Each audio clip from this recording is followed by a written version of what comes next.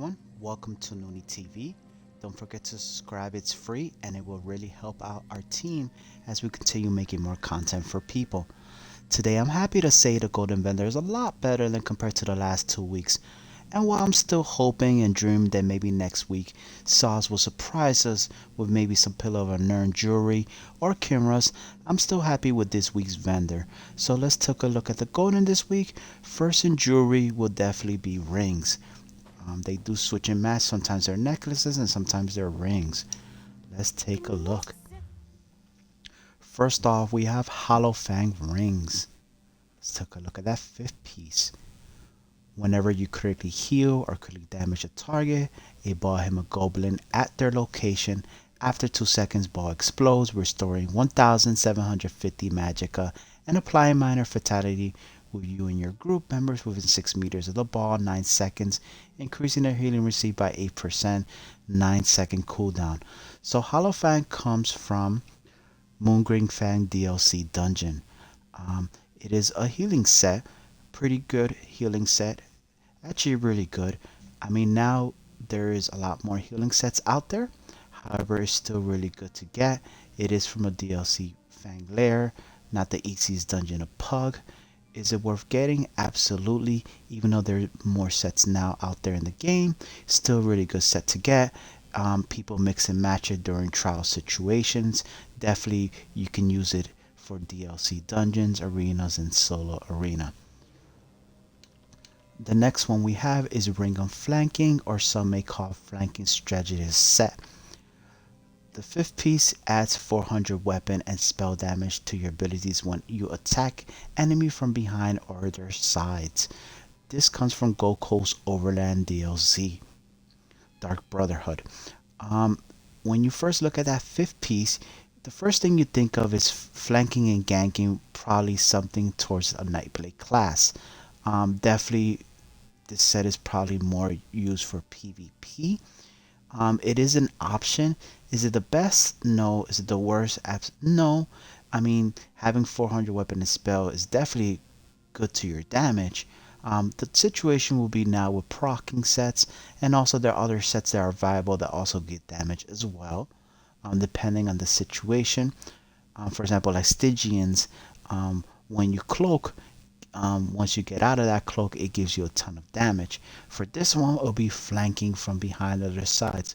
The question is how much of a radius will be the flanking? Because that's one thing they don't tell you. Certain sets, especially when it comes to flanking, the radius, how big is it? Is it flanking from the side but closer to the stomach or closer to the back? Now you may say, hey, but obviously flanking will be towards more towards the back. Yes, I would agree with you. However, with this game, certain sets are a little glitchy. Certain sets work better in certain situations and certain angles. Unless you test it, you really wouldn't know. Um, is it worth buying? If you're into that niche, if you're trying to get some type of build and want to have extra, I guess maybe. But in all honesty, I would probably save your AP. You can probably just farm it in the overland and try it out. It may work for you, or you may not like it at all. Next, what we have also coming from the Gold Coast is Ring of the Morius. Now, this set I have tried. We have tested it because when you look and you read it in theory, you're like, wow, this is pretty interesting. Especially that the body comes in heavy. So, the fifth piece, when you roll dash to an enemy, you deal 1309 physical damage and knock them for 3 seconds. Um, this set in theory sounds exciting, interesting. We tried it; it didn't work for us. This set is not good at all. I wouldn't be worth buying. If you want to test it out, just farm it from the overland. Then the next one we have is Tramping of Invigoration Ring. Okay, this is definitely a resource set, something for maybe a tank, maybe a healer. Um, Comes from Fanglair DLC dungeon. So this is a DLC dungeon. Let's take a look what it does on the fifth piece. When you cast an ability that costs resources while under 25% stamina, you restore 11,350 stamina. The effect can occur once every 45 seconds. Is this worth buying? I would say no. Not a good set at all. Well, let me rephrase. what it does well. However, because of the 45-second cooldown, which is way too long, it's just not worth getting. If the cooldown was maybe, I would say 5, 8, 10 seconds, I will give it a chance. If it would be definitely good if it had no cooldown. But in the state it is, even though it comes from a DLC dungeon, I would just say save your AP unless you have a ton of AP that you can spend. Then finally, we're going to shoulders. Now the cool thing about shoulders, keep in mind when it comes to monster sets, heads you can clear vet dungeon at the end and you'll get the head collection. But shoulders you do not. What happens is when you do pledges every day and you hand them in, you get keys. So many people stack on keys because then there is a guy who you hand in those keys and they will give you from a random box. Shoulders. Now here's the thing. Let's say for example I want Lady Thor light shoulders and I have, let's say, maybe 10 keys. Well, I may get lucky and it may take 5 keys to get light shoulder, or it may take 10. Or here's the thing, you may get all Lady Thorn shoulders, but they're all gonna be maybe they might be all heavy, and let's say I need medium and it just give me heavy and light, so I don't really get what I want. So in this case, if I have AP, I could rather just get whatever shoulder I'm missing. So with that being said, let's look at Lady Thorn shoulders. This comes from Castle Thorn DLC Dungeon, the Storm Thorn DLC collection. So this is a synergy set, a pretty decent synergy set. You and an adding near the Blood Ball can activate Sanguine Burst, dealing 3868 disease damage enemies, applying major meme for 8 seconds, decreasing the damage done by 10%. Sanguine Burst once every 20 seconds. Is this set shoulder piece worth getting? Yes, I will say definitely worth buying and trying out.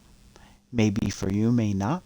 Then the next one finally is the Stormfist shoulders.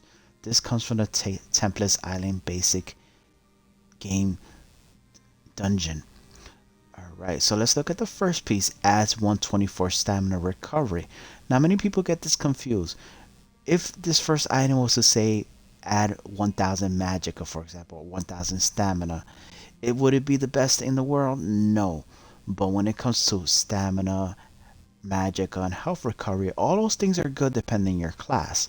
If I'm a magicka character or a stamina character, or even let's say a tank, recovery is good because you can change your food up, you can do many different dimensions. So having a piece of recovery, let me rephrase, having those recoveries are pretty good for a first piece. Definitely worth getting, especially when you want to change foods up. The second piece, when you deal damage, you have a 10% chance to create Thunder Fist to crush the enemy, dealing 1287 shock damage every 1 second for 3 seconds to all enemies within 4 meters. Final 13951. Physical damage when the fifth close, 8-second cooldown. So when I first looked at this set, I didn't really think much of it. It was okay, but because I'm not a big fan of anything that gives 5-10% chance, I'd rather have something that just clear cut. I do damage, it gives me the proc, or at least give me a cooldown, or maybe something like Kajarners that gives me light attacks. Every time a light attack gives me some damage. However, I was amazingly surprised when I tested it out, and we also had other testers test it out, and it works rather good, really good in PvP, PvE, and we have several parse builds that have hit very high with Stormfist. Very impressive, and we tried it with different classes. Don't just work for one, it works for several classes. So with that being said, is Stormfist worth getting? Absolutely. I would definitely take a chance and get Stormfist. So that is all for today's Golden Vendor. Guys, don't forget to subscribe. It will really help. It's free on the channel. Just click on the subscribe button, and this will help us make more content and help other people in the Elder Scroll community.